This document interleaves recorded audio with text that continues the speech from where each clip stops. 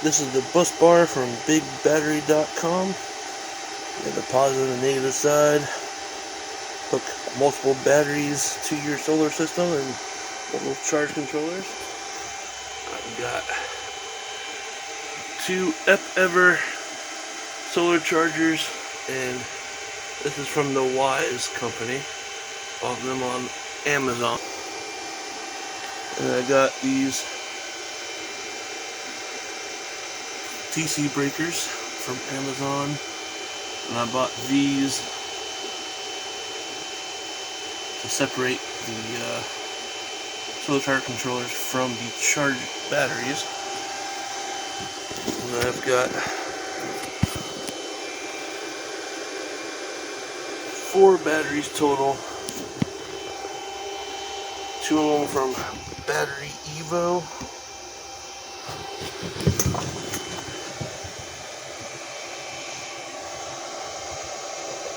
From BigBattery.com.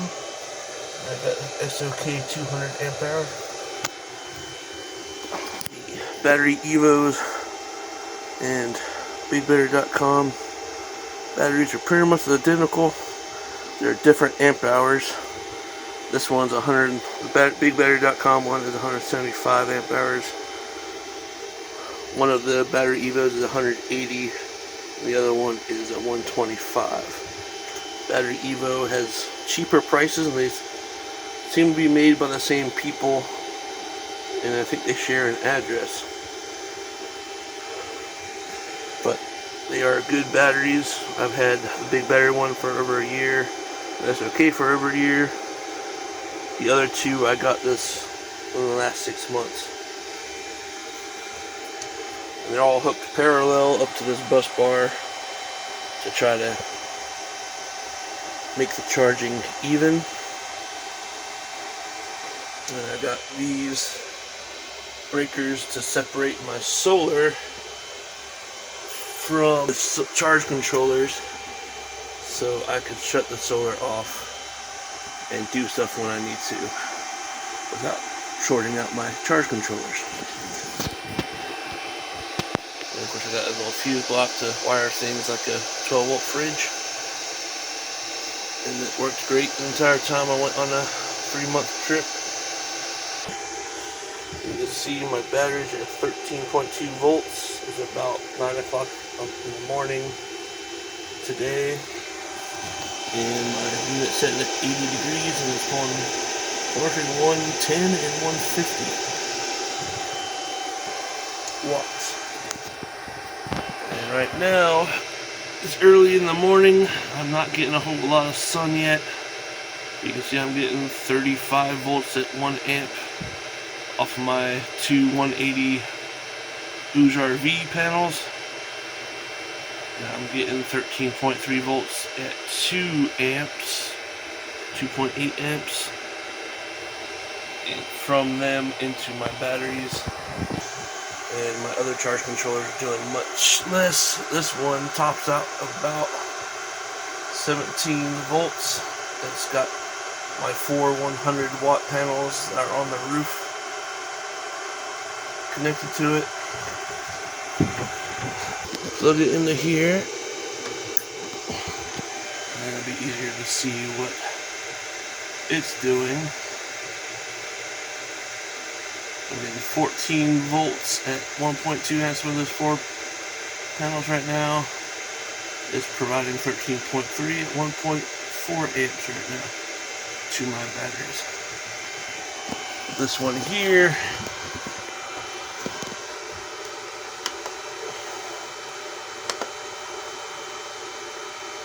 I'm getting 33.5 volts from these 2 panels, and I'm getting about 1.2 amps out of them.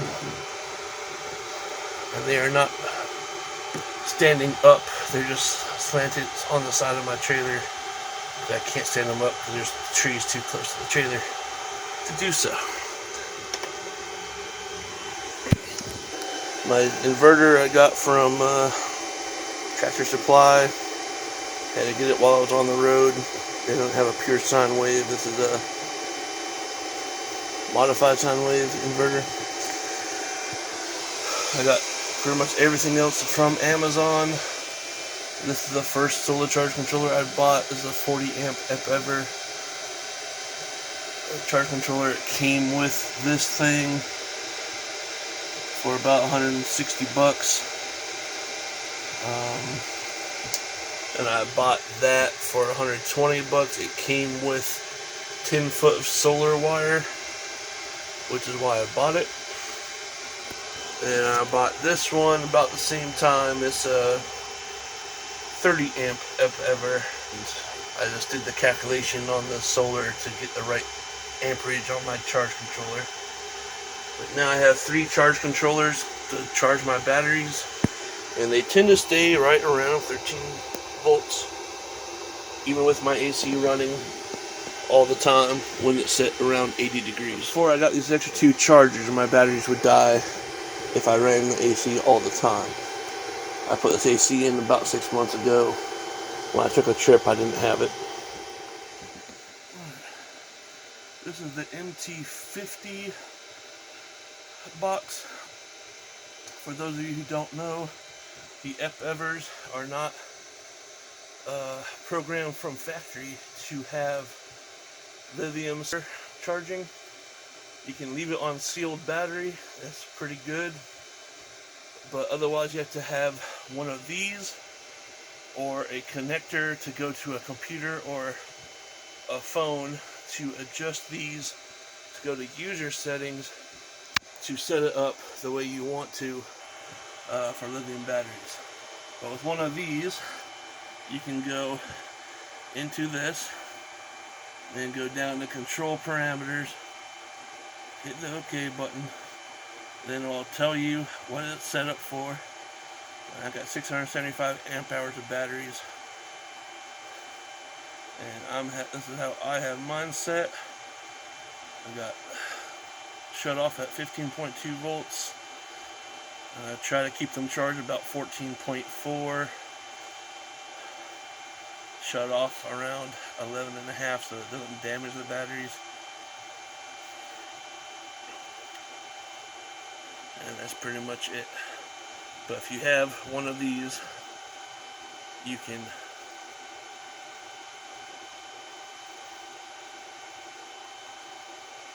set it up for user very easily just by going through that.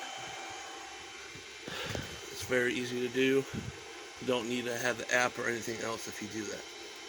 And those are pretty cheap. Like I said, that one came with one of those and a temperature sensor for the battery for about $160. I bought this one over here for about $100 on Amazon. It didn't come with anything. That one I bought for $120. It came with 10 foot of solar wire, 10 gauge solar wire, and a temp sensor. And it has a preset from factory setting for lithium, which is what I have it set to right up there. But that thing has an input max of 400 watts. Right here tells you what it can do, what it can't do, and how much charge it will provide. These go higher.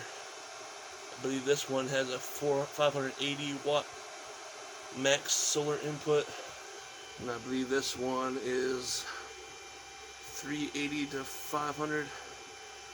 I could be wrong on that. But if you look at the Amazon website and go through the pictures, they have a listing of which ones can do what. And I recommend having more than one to maximize the solar coming into your batteries. And you can actually parallel multiple charge controllers onto one solar panel. Get as much power as you can into your batteries from one solar panel, or a group of them. But I've added these breakers in the last 6 months. Of course, I've added these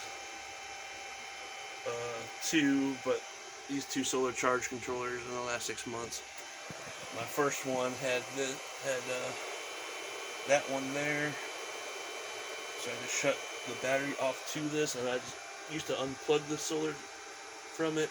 Before you do that, you'd never want to let your panels connect to your solar charger. If it's not connected to a battery, it will fry your solar charger. But now I have this bus bar, which I got from BigBattery.com, about $35. And as far as I can tell, it's great. It's helping keep my batteries the same voltage. As you can see, these ones have a voltage reading on them. And they're all 13.2 volts. And I have all my batteries connected by Anderson cables now. I made this one myself with the tools I bought. And then these ones come, they now sell these with these Anderson cables to ring nuts, and I'm able to just connect them directly to this, and that is why I went with these, because they have the Anderson and they're easy. They also have fuses already in them. I believe each one has a 300 amp fuse in it, and so far I've had no problem with my battery. When I have my the DC charge controller hooked up, which is hooked up to can be connected to my car through an Anderson cable that I've ran all the way to my battery, and it is over here.